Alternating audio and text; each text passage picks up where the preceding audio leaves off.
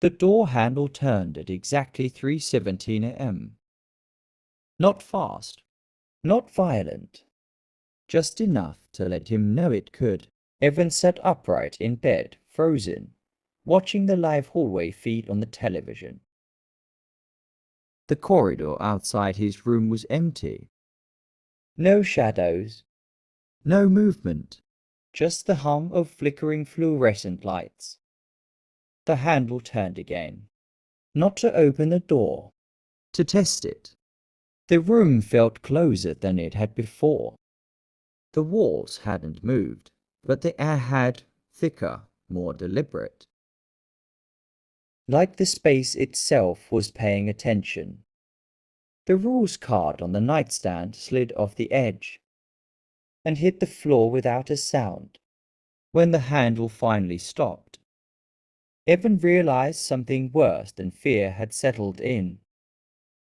Whatever was outside wasn't trying to get in.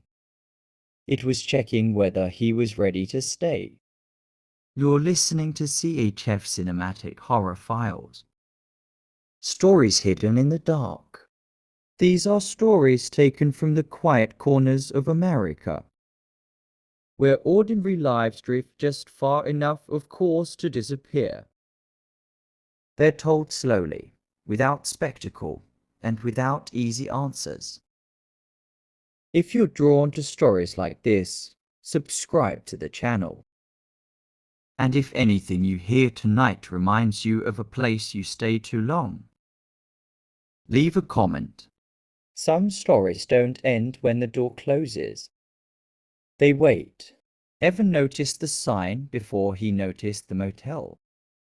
It was half-lit, missing 2 letters, humming faintly like it was struggling to remember its own name. The vacancy light was on, but the parking lot was empty except for his car and a truck that looked like it. Hadn't moved in years. He had been driving too long.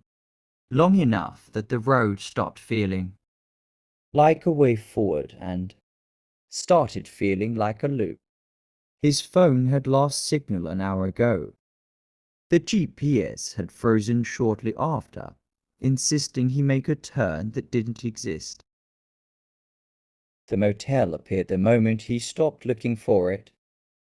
1 floor, 6 rooms, office at the center. No visible cameras. No sound from inside. Evan parked, grabbed his bag, and stood for a moment listening. The air felt compressed, like the space around the building was holding itself together intentionally. Inside the office, a man sat behind the desk. Not old, not young, aligned. Everything about him seemed positioned rather than natural. You checking in? The man asked. Yes, Evan said, then paused. Just for the night. The man nodded as if Evan hadn't said anything at all. Room 6, he said, sliding a key across the counter. Rules are inside. Evan frowned. Rules? You won't need most of them, the man said calmly. Room 6 smelled clean but unused, like something prepared and then forgotten. The bed was made to neatly. The television was already on, showing a live feed of the hallway outside his door. On the nightstand sat a single card. Do not move the furniture. Do not open the door between 3:17 and 3:33 a.m. Check out his automatic. Evan laughed under his breath and tossed the card aside. At 3:16 a.m., he woke without knowing why. The television showed the hallway, empty and still. The clock beside the bed ticked over. 3:17. The door handle turned. Slowly, deliberately, not trying to get in, trying to be noticed. Evan stayed frozen until the handle stopped moving. In the silence that followed, the room felt closer. Not smaller, adjusted. He didn't sleep again. By morning, the motel felt normal enough to be unsettling. Evan showered, packed, and opened the door. The hallway was shorter than he remembered. Not drastically, just enough to make his steps feel miscounted. At the office, the man was waiting. "You didn't check out," Evan said. The man smiled slightly. "You did." "I didn't sign anything." "You stayed," the man replied. Evan left without arguing. 3 miles down the road, his car stalled. The engine died cleanly, without struggle. The motel was behind him again when he looked up. This time, the vacancy light was off. Inside room 6, the furniture was closer together than before. Not moved. Reconsidered. The rules card was back on the nightstand. One new line had been added. Do not attempt to leave before completion. At 4:02 am, someone knocked. Evan didn't answer. The knock came again, then stopped. Something shifted behind him instead. He didn't turn around. The phone rang. "You're ahead of schedule," the voice said. "For what?" Evan asked. "For realization." The television flickered. Now it showed the motel office. The wall behind the desk was covered in photographs. Guests. Dozens of them. Each one mid-moment underwear. An empty frame waited at the bottom. Room 6 pending. The room adjusted again. The bathroom felt closer. The bed felt nearer.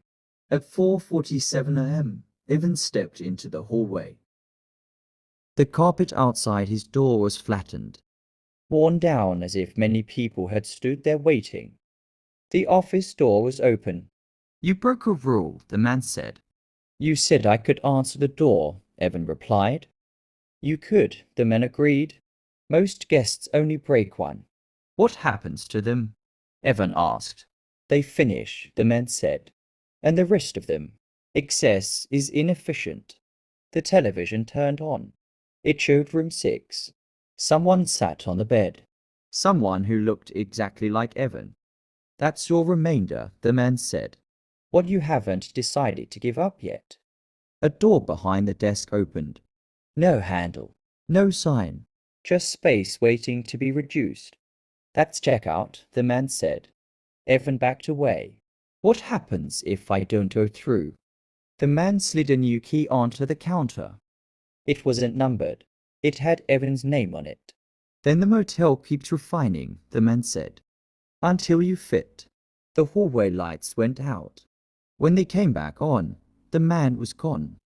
The office was empty, except for the open door behind the desk, which was breathing, and somewhere behind Evan, something else adjusted.